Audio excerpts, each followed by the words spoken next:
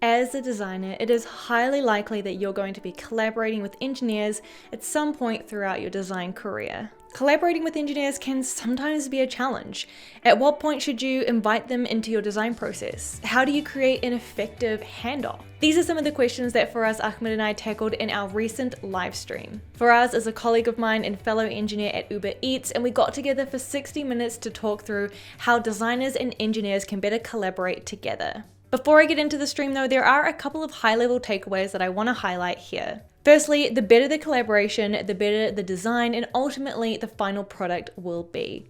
I like to view my relationship with engineering as a partnership between the entire product lifecycle. Secondly, a good designer should have an understanding of any technical limitations. This is why it's super important to involve your engineers early on in your design process and invite them to your design reviews. Next, at some point, you're likely to receive some pushback from your engineers, and this can be challenging as a designer. My advice on how to tackle this is have empathy. Sometimes things that you're designing can be difficult for engineers to actually implement. You may have to ultimately compromise, but before you do, ask questions and talk it out. Next, when handing off a design, make sure to talk through the problems and how they're being solved throughout your design.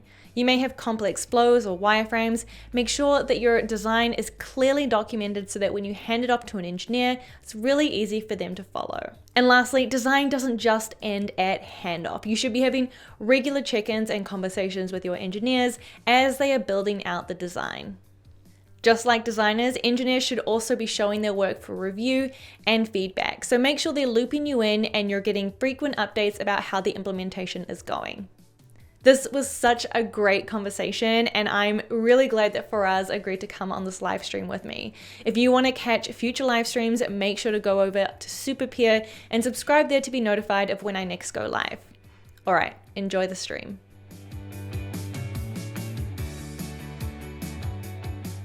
Hello everybody, welcome to the live stream. I see we have about 80 folks joining us so far. I'm gonna give it a couple minutes to let people trickle in, but I'm super excited to have you all joining me for the next 60 minutes to talk about design and engineering collaboration with my colleague Faraz, who's here, which I'm super pumped. Before we get into some of the discussion and while we wait for folks to join, let us know in the chat where you're joining from. I see we've already got a few people coming in from Spain, Portugal, New York, Atlanta, Berlin, Seattle. So awesome to see the international list of all of you attending. So it's super awesome to see, and I'm really grateful for you tuning in from various time zones I know you're in. Another cool thing, we'd love to know, are you a designer or an engineer? And maybe also pop in how many years of experience you have. I'm super curious. While my audience is very design focused, this is of course going to be a stream that's going to be relevant for both designers and engineers. So let us know in the chat, are you a designer, are you an engineer, and how many years of experience you have. Cool. Hi from California, London. Super I see you, Ben. exciting. Hey, Ben. That's my good friend, Ben. Oh, is that a friend of yours in the chat? Yeah. Woohoo. Yeah. What's up, man? I love recognizing people in the chat. It's always so fun. Cool. I see we have some designers, 7+ years, 5 years, 2 years. Cool. So it looks like we've got a mix of people coming in. Oh, we have an engineer. Hello. Woohoo. Hey. We're losing here, guys. We're losing. This is not a competition, Yeah, I but know. Great to see the range of experience and the different disciplines. This helps for us, and I also have a bit of context of what to focus on for our conversation today. So awesome. Thank you so much for doing that. So to kind of start kicking things off, why this topic? Why is this important? I think I've had a lot of questions over the years of creating content for designers around how to better collaborate with engineers. So, as a designer, you're going to be working really frequently with engineers just as part of your design process. And the better your collaboration, the better the products are going to be that you're going to build, and you're going to have a more enjoyable time. So I really view my relationship with engineering as a partnership. We work together throughout almost all of the design process pretty much, which we'll get into. So yeah, a bit about why this is an important topic, and hopefully you'll learn something interesting today you can take back to your team. Okay, so a bit of structure. So Faraz and I, we've got a few topics that we want to get through, and then we're going to save some time to do some Q&A at the end. So feel free throughout the live stream, if you have any questions for us, pop them in the chat. I'll try to save some of them and bring it up sort of towards the last 10 minutes of this live stream. And also just a reminder, if you want to, feel free to share this on Twitter or Instagram. Some of the past live streams I've done, it's been really cool to come off the live stream and see all the awesome things you've shared online. So feel free to share any of that. We love to see it. All right, Faraz, I think it's time for you to give us a little bit of an intro. Tell us a little bit about yourself and who you are. All right, cool. First, thanks for having me. I'm super excited to be part of this chat and, talk with your audience. You're quite the celebrity around here in our circle. So yeah, so I'm a software engineer. I primarily work on the front end. I'm currently working at UberEats on the restaurant marketing team based in New York City. I work directly with Fem, which has been really nice, and we'll get into that a little bit later. Originally from Los Angeles area, California. Yeah, that's kind of where I'm at right now. I didn't even know you were from LA. That's so cool. Look, I'm learning more about you. Yeah, right. And can you tell us a little bit about your sort of journey into engineering? How did this start for you? What was kind of your path? Yeah, so my dad is an engineer at IBM. Cool. And typical growing up, he told me that I should go into engineering, and I saw him working remotely his whole life. So I was like, that sounds pretty cool. But I actually decided that I wanted to study film in university. So I went to university for film. Wow. And then like 2 years into my major, I was worried about the job market because I realized that in LA, getting a job in film is really difficult.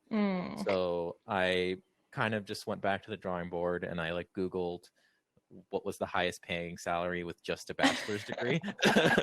And and I think like the number 3 option was computer science. And I was like, oh, well, I like computers and I like the internet. And, my dad's an engineer. This probably makes sense. So I should just do that. And then I studied software engineering and it just kind of went from there. Awesome. Well, I know we're super grateful to have you on Uber Eats, and it's been really fun to collaborate and work closely together. Cool. Okay, let's get into some discussion. So for the discussion today, we want to kind of take follow the product process. So we're going to start with sort of kicking off projects and then kind of move on to design, ideation, and eventually finish on handoff and building. So in the topic of kicking off projects, can you share a little bit with the group, what is the kickoff process of a project like, and how involved are you in that process as an engineer? Yeah, so usually what happens is there's some ideation phase in the beginning where designers and product stakeholders, like product managers, maybe UX researchers, they come together and they say, hey, we have an idea. We think this might, increase our sales or might make the feature more attractive to users. And they start brainstorming together. And then they put together kind of like a document or a report of like, hey, here's an idea. This is the problem we're trying to solve. This is our proposed solution. And then that's kind of, I think, when design gets involved and they start thinking about how do we make this fit into our application and into our design system. Depending on the scope of the project, let's say if it's like a very front end heavy project, I might get involved very early. So it really depends. But if it's like something that's kind of like not as front end heavy and they might not need my input and they're like, hey, we're pretty sure this is going to work, then I might not be involved to a later planning stage. Yeah. And how do they make that judgment at that stage of the process when maybe the solution's not quite clear yet? How do they know how involved front end engineering is going to be? Yeah, I think we use like a combination of like Google Docs and like different Slack channels and things like that. So I think typically our designers are pretty good about pulling me in, like, hey, we have this feature. What are the technical limitations on the front end? Is this possible to do? And like any kind of general thoughts about tackling some certain problem that they might have. So I think usually if they feel like they need me, they'll pull me in. Otherwise, I'll get involved when designs are a little bit more fleshed out. Yeah. And like what part of thinking more about the design process, which stage of that did you like to be brought in as an engineer? I find like as a designer, sometimes I'm like, oh, should I involve them like now from day one, or is that too soon? Like, how involved do they want to be in like ideation and like exploring concepts? Like, what's your take on that? When do you like to kind of come into that design process? Yeah, I think it ranges on engineers, but I'll talk about myself personally. I love front end engineering. I love UI engineering and like specifically product development. I like building products that are user facing. So I've always been interested in kind of like the higher level aspects of engineering. So like how is this going to affect the end user? What is this going to look like? So I personally like to be involved really early on. Um, that being said, I know that some engineers don't like to be involved until designs are final. Because they might, yeah, they're just like, yeah, give it to me, and I'll build it. But it really depends. I think honestly, as you find more senior UI engineers or front end engineers, they'll typically like to be more involved in the design process, and I think that's a really good practice that they should follow. Yeah, I agree. And I think like something to mention is a little bit about how our teams are structured at Uber, which is like Mhm. we're kind of on these pod teams, right? Where like we kind of work on the same surface together, we work within the same like domain and like product area. So every project is like I'm working with the same group of people, right? Like we're all working together on one kind of domain. So it's not like every project is a new group of engineers or like different people. So that's really nice too, because I really enjoy that. That means I can really create relationships with the people I work with and like foster those partnerships. And then ideally, like you and your engineer or engineers kind of figure out like a working model together, how you want to work, and you can evolve that over time, over the projects. Like granted, like the first time I work together with an engineer isn't always like, rosy. There's bound to be things we learn along the way and bumps. But I find that because we're in this like pod structure, we can refine, iterate, and improve along the way. Yeah, and I think depending on the engineers, since I like to be involved and some of the other engineers on the team don't like to be Mm, that involved, I find that I can join and kind of like streamline the information and like pass down what right. needs they need to actually worry about because I went to those meetings early on for them. Yeah. And what's like your level of contribution at that really, really early stage? Like, are you kind of just informing of like the technical constraints? Are you like jumping in and helping like, sketch some concepts? Like how involved are you in kind of that early stage? Yeah, I've learned typically I'm not a good sketcher or artist, so I don't like to provide like sketches or anything like that. I might point to how our existing systems exist and what things look like currently, but it's mostly, yeah, like you said, technical constraints. There might be a design to display something that we might not have access to from a data Mm, perspective. So that's like something that I would call out saying, hey, like I know that you guys want to go in this direction, but this would add like a lot of complexity to this problem. What about we streamline it and make it yeah. look like this? So Yeah. that's kind of like my level of interaction at that level. Cool. And then moving into like sort of the design process phase, where like as a designer, I'm kind of, creating some concepts, exploring things. We have a few different ideas, some different solutions in mind. Uh, how can I best collaborate with engineers at that stage of my design process? What are you like? How do you want to be involved? How should I invite you into that phase? Yeah, l- really am a fan of Figma, and like like I think That's it's rare to been hear from an engineer, I have to say. I have used so many different tools in the past, like Sketch and even Illustrator in the past, and like the fact that I can just jump right into the tool like on the web and not have to open up another tool is really nice. And Right. like when designers use annotations or leave little comments and asking specific questions, I find that super helpful. So that's like a technical tip, I guess, is like being able to like annotate things and ask questions directly in the Figma so I can see the design and maybe the questions that are being asked. In terms of the ideation phase, yeah, like just maybe setting up a meeting if necessary and just saying, hey, like I'm going through these two concepts. What are you thinking? Which one would be easier? Hmm. Get on an engineer's good side is like provide solutions that are easier for them, unless it's like absolutely necessary, of course. But yeah, I think like just bringing me into the file, like walk me through your thought process. I want to know what you're thinking. I want to know specifically what the problem is that you're trying to solve, because maybe Mm. there's a solution that I have thought of that you hadn't thought of, and you can like run with that. Yeah, yeah. I think knowing, like being on the same page of what that problem is really important. Yeah, I try to invite my engineers into my Figma file, like pretty much from inception. Although I do find a little bit as a designer, like one downside of that is that people can be, looking in my file at any time. Maybe the work's like not quite ready to share, or like I'm still working and iterating on it, and I don't want to like preemptively get feedback on something I'm not uh, ready for, I guess. Hmm. So I want to talk a little bit about like design reviews, which is like a common practice that we have. And I think it's important as a designer in those reviews to invite like cross-functional people in your team, right? Like your design review shouldn't just be with your designers. That's like a great time to invite your engineers and have them give feedback and review the work. Can you share maybe like uh, a time when there's been a really successful design review and like what made that successful? Like from your perspective as an engineer, I guess I'm curious, like what are your expectations going into a review, and what would like make that a successful review for you? Yeah, I think that's a great question. I think as a designer, prefacing the meeting or the review with your goals and intentions of the review, saying Mm-hmm. maybe, hey, I'm looking for direct feedback for if this is possible, or hey, I would love some feedback on polish, or maybe like this is still a work in progress, but just want to test the waters a little bit, see if this makes sense. I think like just setting that up front is really helpful for the engineer to understand where you're at. I think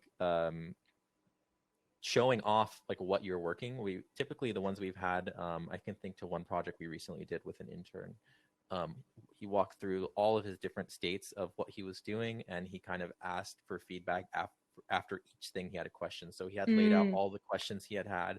He showed the design and he said, this is the problem I'm trying to solve. Do you think that this design successfully solves that problem? And it kind of was an open space for designers and engineers to talk and say, hey, I think this is great, or hey, maybe this needs a little bit of tweaking. Yeah, it's really important to have that level of trust on the team, I think, and Mm-hmm. a bit of vulnerability too. I think as designers, getting critique on your work can sometimes be scary, and sometimes it's difficult to hear some of the feedback that you get. But as a designer, I think that's a skill that we need to build. Um, Yeah, definitely. when I sort of announced that I was doing this stream with you, I got a lot of questions from designers who really want to know what are some of the things that they can do to better help their engineers. Do you have any thoughts there, any tips on like what can designers do to make an engineer's life easier? Yeah, a couple things.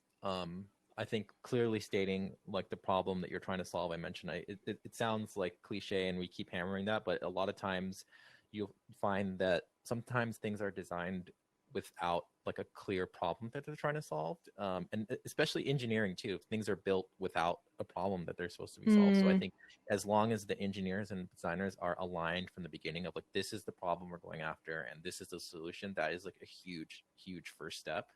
um, Secondly, I think like for me, like organization of Figma files is really important. Like I don't want to spend a lot of time looking around for stuff. So like making sure that like your layers and your components are named well is really yeah. helpful as an engineer, especially if you're using design systems. I think Uber is really good about this, where the components are one-to-one mapped via name to the actual engineering components that we use. So it's really easy for me to like click on a button and say like, oh, this is the primary button. So Right. I know I can just use the primary button component. Like things like that make things really easy. Um, yeah. Anything else like in terms of what else you're looking for in terms of Yeah. that question? I mean, I can speak a bit to like the Mhm. reverse, like as a designer, what like I would like to see from Yeah. engineers to make my life easier. I guess like as a designer, I don't have the like technical knowledge, right, that you have about how like we build products, so to speak. And so I really like to kind of kick off early and have a conversation with engineers about like, okay, are there any like technical constraints or limitations that I should consider going into this. Because, you know, I want to avoid creating a design that at the end of the day is like, oh no, we can't build it because of whatever limitation. So yeah, I guess I like to lean on my engineering partners to kind of like inform me of that and keep me honest with what's technically feasible. And like, I know sometimes, you know, there is like moments where it's not technically feasible, but maybe it's worth putting the effort in to make it so, right? Mm-hmm. And like, Mm-hmm. sometimes that's difficult for me to make that judgment because I don't know the lift required to do so. So yeah, I think like leaning on my engineers as that partner. Another area is around, I guess like during the building process, which I think we'll get to soon, but I've worked with engineers who, after I hand off a design, it's like radio silence. You know, I don't sort of, I don't get updated on how the build is going, or I don't get the opportunity to QA or check the work. So just, I guess I like to remind engineers that design doesn't just end at handoff. Like there's so much post that part of the process. So yeah, feel free to involve your designer at that stage as well, and lean on them for guidance. Yeah, I think it's really important for the engineers to keep all the stakeholders, including design, involved even after handoff, like you mentioned. We like to do like weekly or bi-weekly check-ins. So as we build features or add new, new UI to our web app, we'll pull in the designer and say, hey, these are the things that we built. Here are the designs that these correspond to. Can you do like a design review? And Fem does this a lot for our work, where she'll look over our code and she'll make like a really long, detailed Google Doc, and it's really helpful because it's like, hey, like this is the wrong title, or this is the wrong component, or maybe this border is wrong, or this shadow is wrong. Like little things like that engineers we kind of skip over when we're like being pushed to build things and get things out quickly. Honestly, like sometimes the design, like the actual fidelity of the design gets lost in that process, right? So yeah, it's good to have the designer involved because you want to make sure that you're building it to what it was intentionally designed for sure. Yeah, totally. What about like, we talked a bit about constraints and like limitations and getting pushback. I've definitely had moments where I've gotten pushback from engineering on a design I'm proposing for various reasons. What's your experience been in that area with designers? How do you work through that?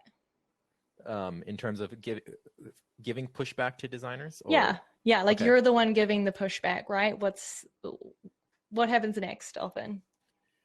Yeah, so maybe I can think of an example of there's some design that comes out and it's displaying all this information and data, and the pushback is, hey, we don't have access to this data. This could take 3 to 4 months of doing it.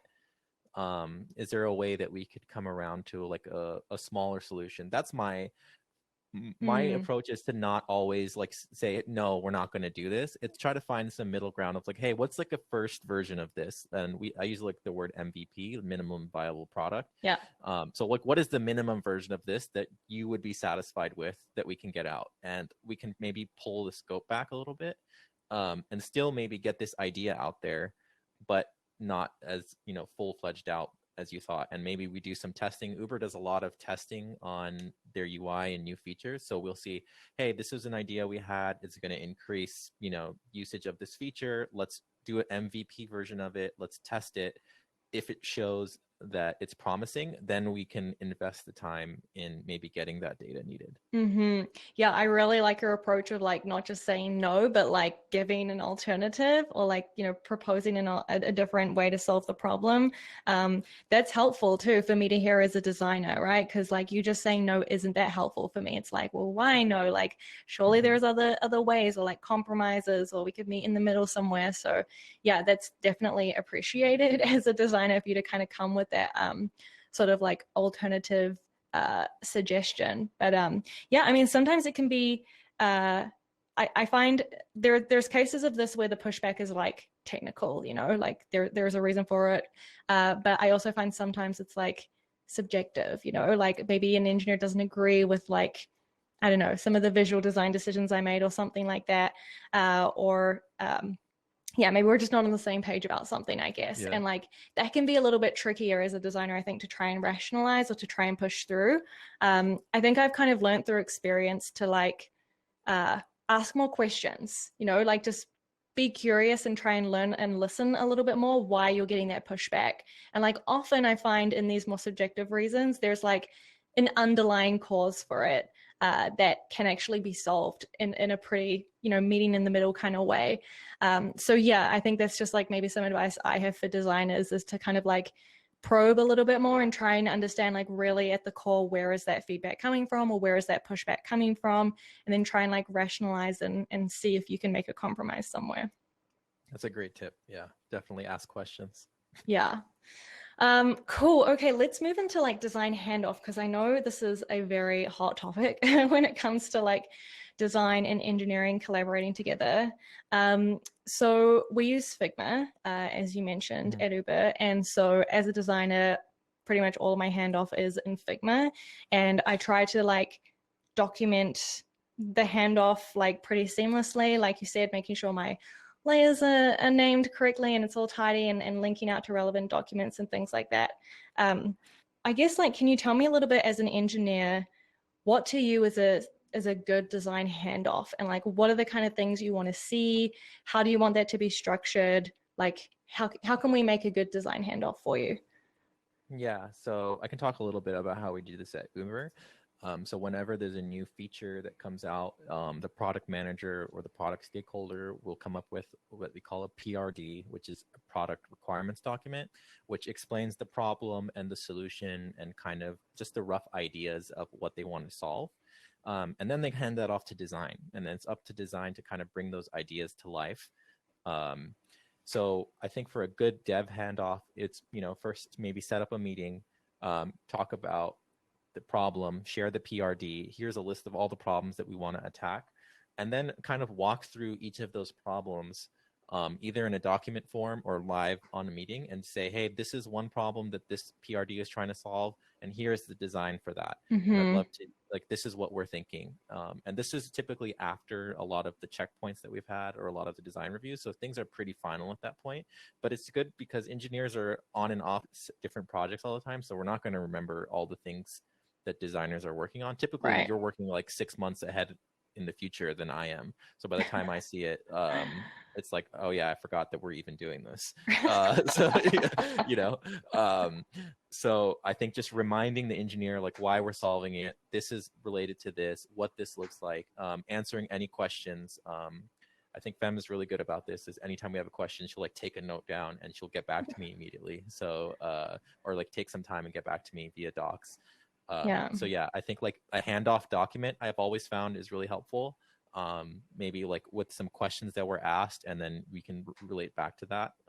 So that's typically what I like. Yeah. I think like this kind of also goes back to involving your engineer early on and like throughout the design process, right? So that when you're handing something off, it's not like a surprise or like we're building this, or you know, it's they've been on that journey with you. So they should have an understanding of what we're building and why.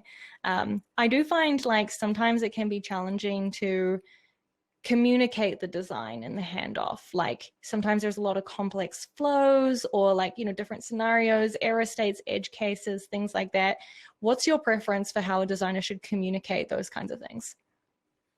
So typically, usually in the design, they'll have the main maybe happy flow or like what they're thinking. I can think of a specific page that we just did. And you mentioned obviously there's different states of the application.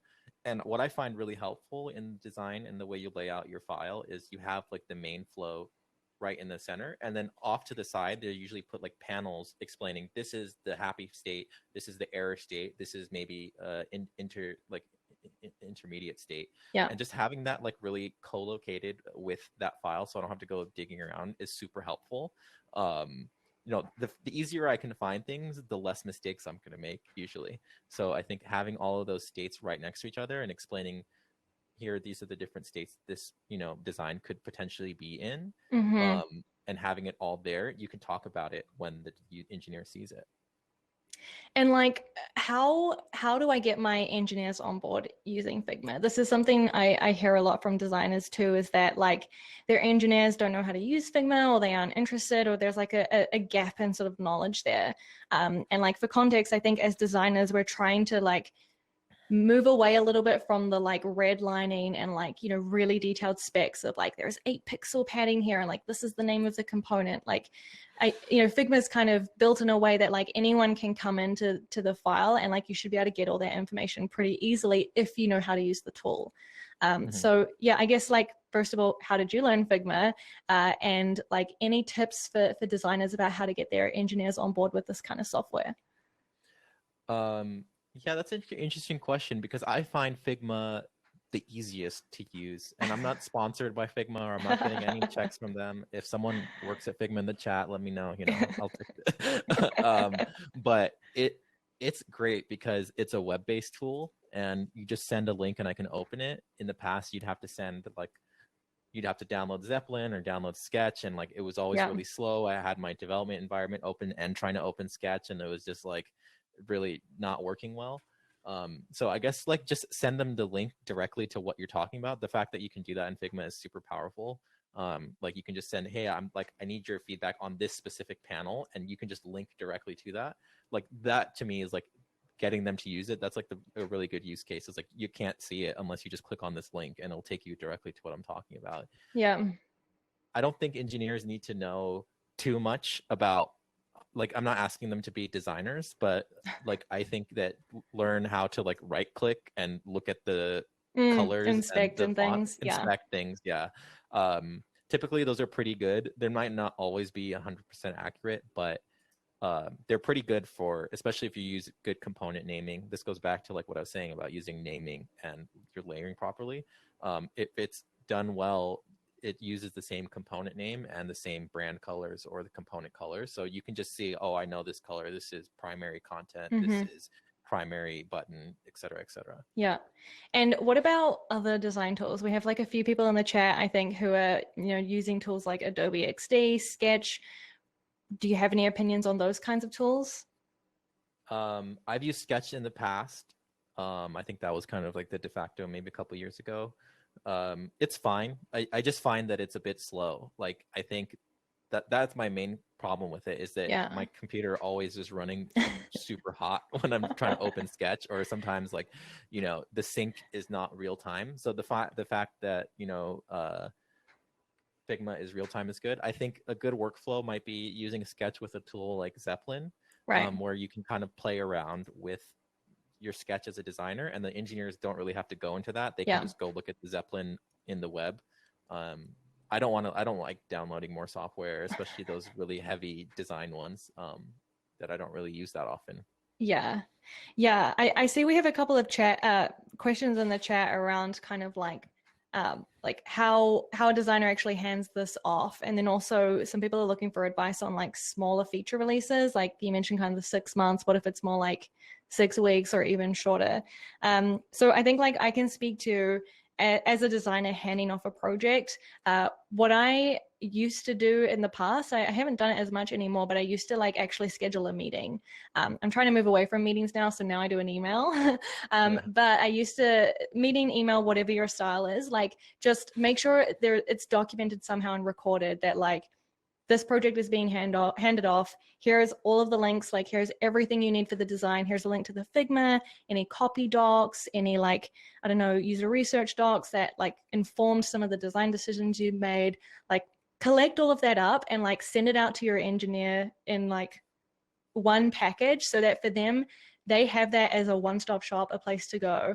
You don't want to sort of send them on a scavenger hunt trying to find, I'm sure you've had this before for us, and I can imagine it's annoying if you're on a scavenger hunt, like, where's the link for this? Like, where's the copy? Where's the, you know, so I think like that's something we can do for our engineers is just package that up together and have that handoff. So what about the questions around like shorter cycle times? Any thoughts there on like how that affects the handoff process? Like, I mean, I think for me, something I would say is that we try to break things down into smaller milestones and like more iteratively hand things off rather than like waiting to the end. But I don't know, what's kind of worked for you in those situations? Yeah, I think we have kind of a larger process because at Uber, we're a very large company. And I think a lot of the features that we have to build take a lot of research because, you know, like if you mess something up, let's say you mess up a conversion flow, like you could maybe drop your conversion by 2%, but 2% at Uber is like millions of dollars, right? So you have to be really sure, and that's why ours is a little bit slower. I worked at startups in the past where you don't have the luxury of that time. You might have like a week Yeah. or like 5 days to turn something around. So like I think like what you said was great is like keep the scope of what you're designing really small. And we used to work in like 1 week sprints. So maybe we'd have like Monday, the design would kick off and show us what they were working on. And like, hey, this is the handoff. And like, what can we get done by Friday? And like, we just scope down what we're going to do. And we're like, okay, like we're going to do this little bit by Friday, and then we'll check in and we'll just iterate. Yeah. So I think like keeping your handoffs as small as possible. If you are, if you're a smaller, tighter deadlines. Yeah. Yeah. I do think that even in that scenario, if you can at least spend a little bit of time up front thinking about what the long-term vision is, or like what the long-term goal is of what you're building, because that'll make it easier to make decisions in the shorter term, to avoid like, maybe you make a decision and then you can't scale it later on, right? So we want to try and avoid things like that. So having an idea of the long-term play in those scenarios, I think, is also helpful for you to make those quicker, more iterative decisions confidently. Yeah, definitely. Cool. Let's move into like building and the QA process. So I think sort of as I touched on, design doesn't end here at this stage of the process. So as an engineer, can you speak a little bit to like, I mean, this is really where your work ramps up. Like, can you share a little bit like, what do you do in this phase, and like, what is your partnership with design like throughout it? Yeah, so we have like different metrics as to what defines success for delivering a feature. Typically, it's tied to some company milestone or objective, and so I'm basically building these out to make sure that we can reach that objective. At the same time, especially since I work mostly on the UI, I'm like constantly referring back to the Figma file or the designs that were handed off, any kind of documentation that was helpful to like bring context as to why I'm building that. And like I mentioned, we usually do, every 2 weeks, a little check-in with the entire team. So we'll do a check-in with the product manager and the designer, and we'll show a demo and we'll say, hey, this is what we've pushed to production. So at Uber and a lot of more agile companies, we are constantly deploying to production, and we constantly are shipping things. So we don't wait till like the end of the project to show everything. Like I'm showing off things as we build it every 2 weeks. And just to make sure that we can correct some small things as we go along, instead of just like going radio silent for 6 months building it and then like giving it back to design and be like, oh, hey, can you just like let us know if this looks okay? If you do that, I find that you're never going to do the design stuff. Design always kind of falls off to the end. So keeping designers involved early. You guys, we use Jira, so you are able to create tickets for us directly, and you can like point out things. Screenshots are super helpful in that situation, or videos, explaining and like link directly. Hey, I said that this should be like a paragraph large, and you're using a paragraph small, and here's a link to the Figma if you forgot. Like, I usually don't get offended by those things. Like, there's a lot going on in my head, so if you can just point me directly to where I messed up, I think that's super helpful. Yeah. Yeah, I love that. And I will be honest, I've had experiences before where like, engineering hasn't been super transparent with the build along the way. And then I had one time last year where the engineer on Friday afternoon was like, hey, it's ready, and then we're launching it on Monday. So that gave like me no time to do like any sort of QA process or like give any feedback or review the work at all. So I guess when you're doing your like timelines and sequencing and scoping, things like that, how do you account for that time needed to do this like design QA exercise and like making sure that the product is to quality and to standard? Yeah, we typically at Uber, we do not will not like push something up to production and then like announce the global launch the same day. I always like to do like a week in advance or like 2 week padding. So we're like, all right, we'll finish it this Friday. We're gonna have a little demo or bug bash, allow product QA and design to look at it, to give any feedback, And then if any feedback comes back from that, we'll spend the next week fixing that, and then maybe another meeting or another demo to make sure that everything is resolved. And then we'll communicate to external stakeholders, like, this is now done. So it's not, we don't consider things done unless design approves and QA and product approves. And, you know, the engineers, if you're listening, you should not do that. You should not you should not push things and approve things without design, because they are a stakeholder, and it really is important that they're involved. And I think why Uber does that, it shows in kind of the quality of our design and the work that we do, is we are really mindful of that, and we make sure that designers are involved all the way through. Yeah. And can you speak a bit to how you get some of that feedback? I know, like, you've run a few bug bashes and things like that. Can you speak a little bit to that process and why we do that? Yeah. So we do that because a lot of the times, as we're building things quickly, new components to our design system, it looks off, right? So, like, you don't want the user to have like this weird experience where, you know, they might be looking at a certain feature and then they open your new feature and it doesn't look like it's part of the same ecosystem. Right. So that's like one big job of a designer to do, is not that it works functionally, but it also makes sense within like the context of the app. I think as a UI engineer, I'm a little bit more biased to this, is like, I can tell, and when things are a little jarring, it really throws me off. Yeah. And I think that does affect, you know, user experience negatively. And that's why we have whole teams that are just focused on this kind of experience. So, like, making sure that, you know, we're not making any things that make the feature more difficult for the user. Yeah. I think making sure that we're adhering to our design system. We're pretty strict about that at Uber. And I think for good reason. Yeah. It shows in the product, you can tell. Yeah.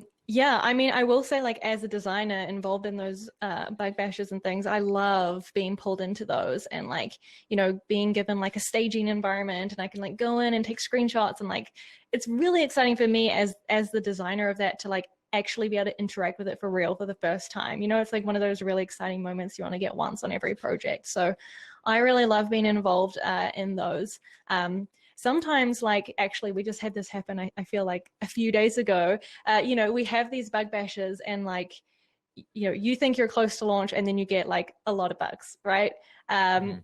What do we do in that situation? Like, because I think, you know, to strive to fix every bug or every design bug, often, you know, that's a bit tricky to do. So how do you make that cutoff or that trade-off? Like, who's kind of the decider of like, okay, we'll fix these 3 bugs and then we got to ship, because we can't just forever keep, you know, tinkering. So yeah, can you speak a little bit to those kind of situations? Yeah, this definitely just happened. I thought we were so close to launching something, and then there was a lot of little design things that we missed. I think it's like just being empathetic as an engineer and compromising.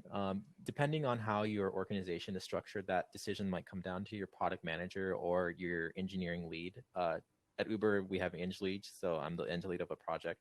So I think, you know, product and marketing, they want to get this feature out as quickly as possible. Design wants to make sure it's done right, and engineering, you know, wants to make sure that it's built correctly, and, you know, might not care if it looks perfect. So there is a little bit of compromise. So what I like to do is say, hey, you know, we can't get everything on this list out and still hit this deadline. Maybe we can pick the top 5 things that you think are critical. And I'll commit to that. And then in terms of, you know, product, like, hey, we can't fix all of these issues right now, but we're going to commit to the top 5. So just making sure that you can like address things that would make every party happy. It is challenging. Like, it is a delicate balancing act. And I think that's, it's really just comes from experience. You have to just be experienced in doing that.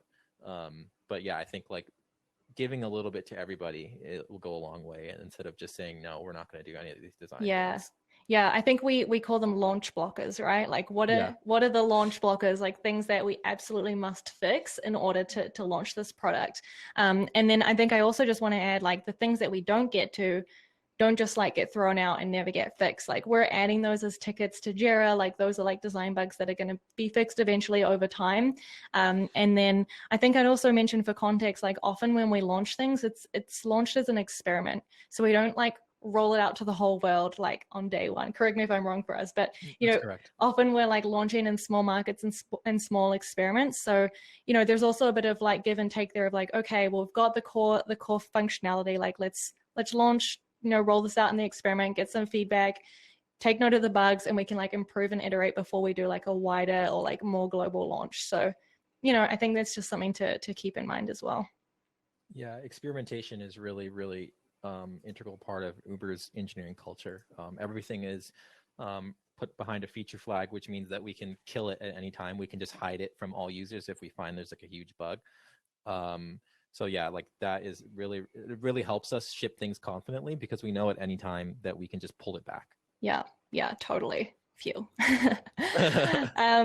Cool. So I think like one kind of final area to end on before we move to Q&A is around like iteration and improvements, which we've kind of just, sort of been going into a little bit. But in addition to like bugs and, general QA things, what about like iterations to the products, like, some changes to features, things like that? How do you deal with that over time, and how do you like, I guess, make time for that and prioritize that on top of like the next big project coming in? Yeah, I think usually what we do at Uber is we have these things called on-call weeks, which is basically there's a queue of tickets that are, just kind of random. They're not assigned to a specific project, and then every other month or every 2 weeks someone rotates. So usually what I like to do is set aside maybe 2 weeks out of every 8 weeks that I'm going to just address these issues that have been sitting in the backlog. Otherwise, like you said, they might just go there and sit and never get touched. So I think it's important as an engineer to understand that like design, what we call tech debt, there's also design debt. So scheduling time to fix those things is important. We used to do this thing at Uber when we were in the office I would call it design days or design weeks, where I would block off a week and say, hey, I'm going to just spend this week addressing all of the design tickets in the queue. And when I was in person, it was really nice because we would sit with a designer literally next to me in my chair, and we would go through all of those design tickets and I would fix it live with them. That's awesome. It's a little bit, yeah, it was really cool. I really like doing that. I think you could still do that over Zoom and stuff. So I think I would encourage that if you have the capability to do so. Pair, like we do pair programming all the time, pair with a designer and have them look over your shoulder while you're doing things. So like sometimes when you're, especially for web apps, it's a little bit easier. You can just mess with things in the console and you can like say, hey, like maybe the designer wanted this to be, 16 pixels of padding in the designs, but then on the web page, it actually looks like a little bit different. So you might have to take it down to 12. Yeah. So like, you're not going to get those decisions by going back and forth. So in some cases, it makes sense to pair. Yeah, that's awesome. I love the collaborative spirit and nature of that. And yes, I forgot about the design, like days and design weeks we had. Those were so fun. I feel like we need to bring them back. It's been a little while. We definitely need one. Yeah, it's been a little while since we did that. Okay, let's move into some Q&A before we fully wrap up. So I've been collecting some of the questions from the chat throughout this time, but if you have any other questions you'd like to throw in, put them in the chat. I'll see how we go and if we can get to some of them. But I want to bring up this question for us, which is, how often are you involved in the start of a project, but then end up needing to move to another project? And like, how do you then get someone else up to speed? So like, how often do you deal with this where like you're pulled on and off projects, or maybe you have to like pass on knowledge to another engineer? How often does that happen, and how do you deal with that? Yeah, we try to avoid this at Uber because it is very difficult. Like transfer of knowledge is what you'll find at a large company is like the biggest blocker. Is like getting information from one group to another.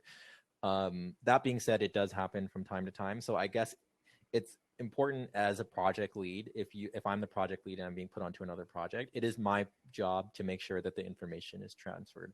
So that might mean scheduling another meeting with a designer or handing off all the documents or notes that I might have.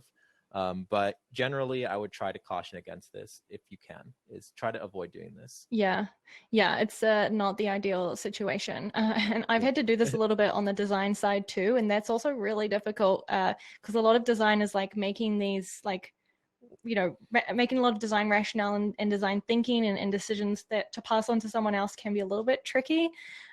So yeah, I think like try to avoid it if you can, but I know sometimes that's difficult. We have another question around how big of a role should engineers play in the design / information architecture.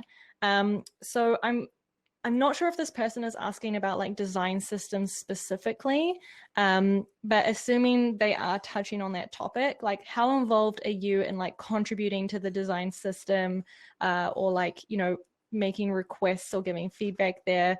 What does that kind of look like?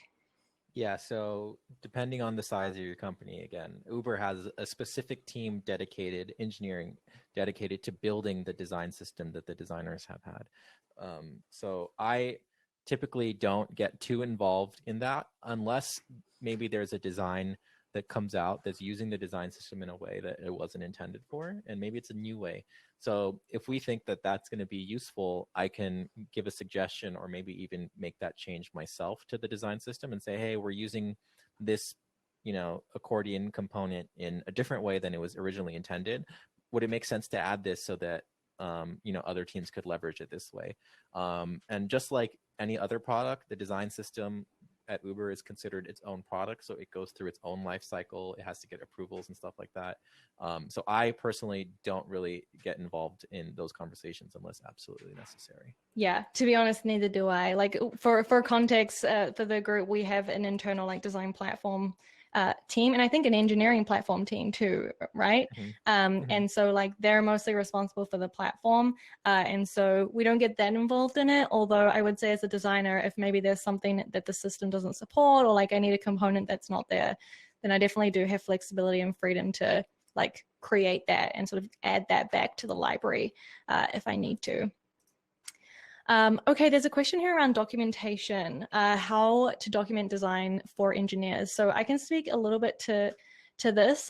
Some things I've done in the past is create like a centralized source of truth, which I think every engineer often appreciates. Kind of what I was speaking to earlier, we just have everything kind of in that one centralized place. Sometimes this is a Figma file. Sometimes this is an internal website. I've done that too in the past. Sometimes it's a Google Doc. As you can see, my process has evolved and changed over the years, depending on what's worked well. But I think in addition to documenting your design, if you've brought that engineer along in the design process, you should be on the same page.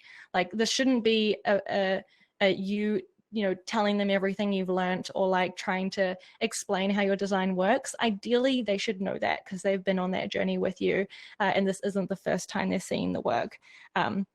That said, though, sometimes there are things we need to document. Maybe it's a decision we made or like a functionality of like how something interacts or how something works. And I just try to include that in the handoff. So I might have like the screen or the flow, and then I annotate my designs like crazy. Like I have a lot of annotations. I'm like making sure each screen is labeled and it's really clear what the logic is for that screen if required, and just kind of really annotating the whole flow and like sort of how the whole product works from a design perspective. So yeah, that's kind of been my process. Is there anything for us that like you've seen I didn't mention or that I missed maybe that you would like to see?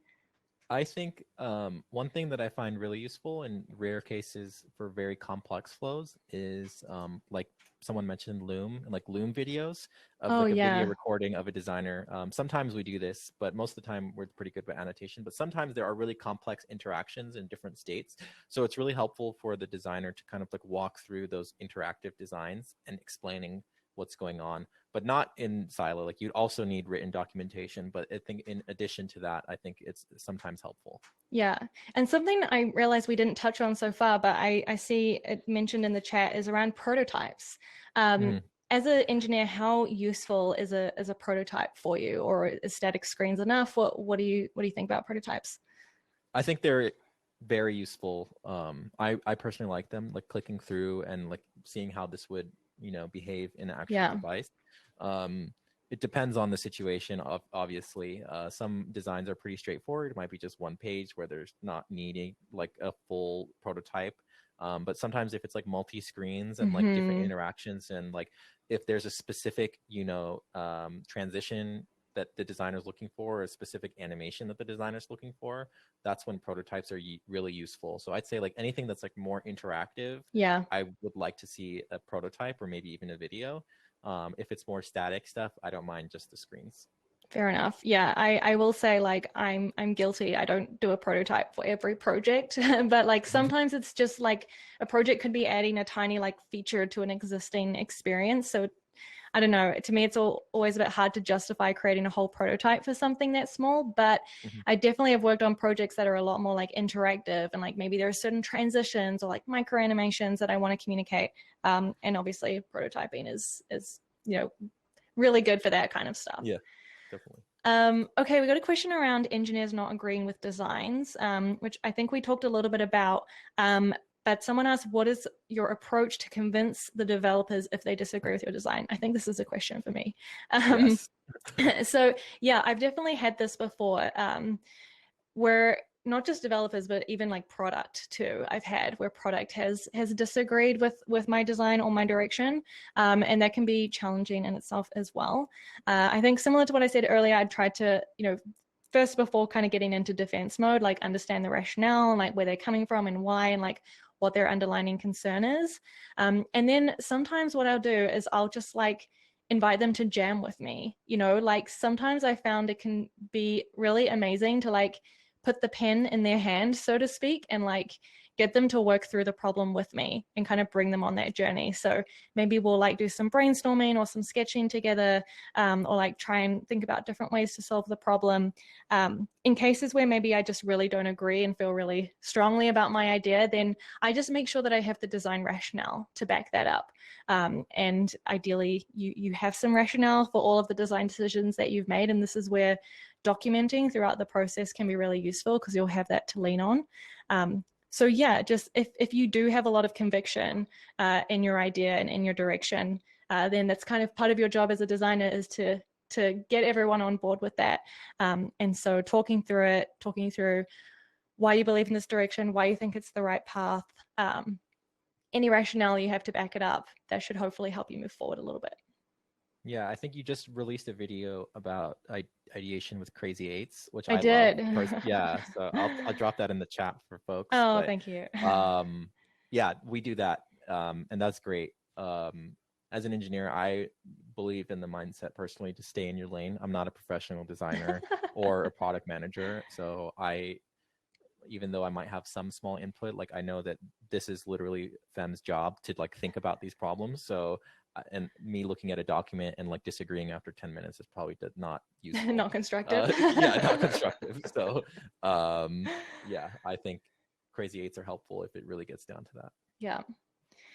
Okay, and I think maybe time for one more question, which Sure. I've seen asked a little bit in general, is about like technical knowledge required on both of our sides. So like, do you think designers need to know some, development, know how to code, things like that? Like how useful is that for you as an engineer, that I, know how to code and know the fundamentals of engineering?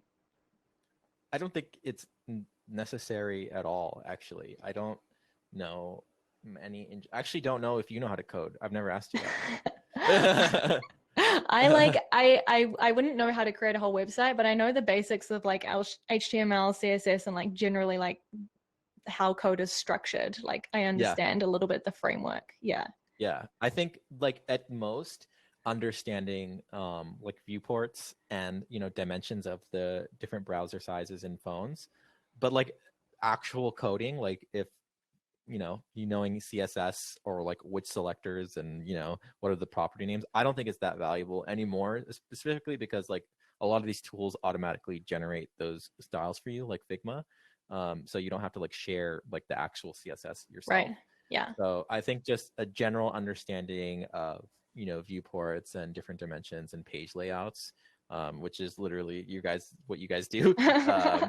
Like I don't think you have to know like the fact that we're using like React.js or something like that. It's irrelevant to you. Yeah. I will say like I've never been in a situation where like I've needed to know how to code to bring my designs to life or to work effectively with engineering. I will say that like it can help sometimes, like in those moments where there is a technical constraint or like a limitation brought up, like for me to have a bit of a fundamental kind of understanding of how code works and like how the system is like structured in the back end, like Mhm. does help me better understand that. But yeah, I don't think it is essential for me to know. Ideally, I can rely on my engineers to fill those gaps. So Yeah, hopefully we can do a good job of explaining the architecture and things like that. yeah, yeah, no, you definitely do. You do a great job. Um, cool. Were there any other last questions for us you wanted to bring up? Otherwise, I think we're about time to wrap up. I don't have any questions. This was a lot of fun. I just wanted to say thanks for having me. I really had a great time. Yeah, thanks so much for joining.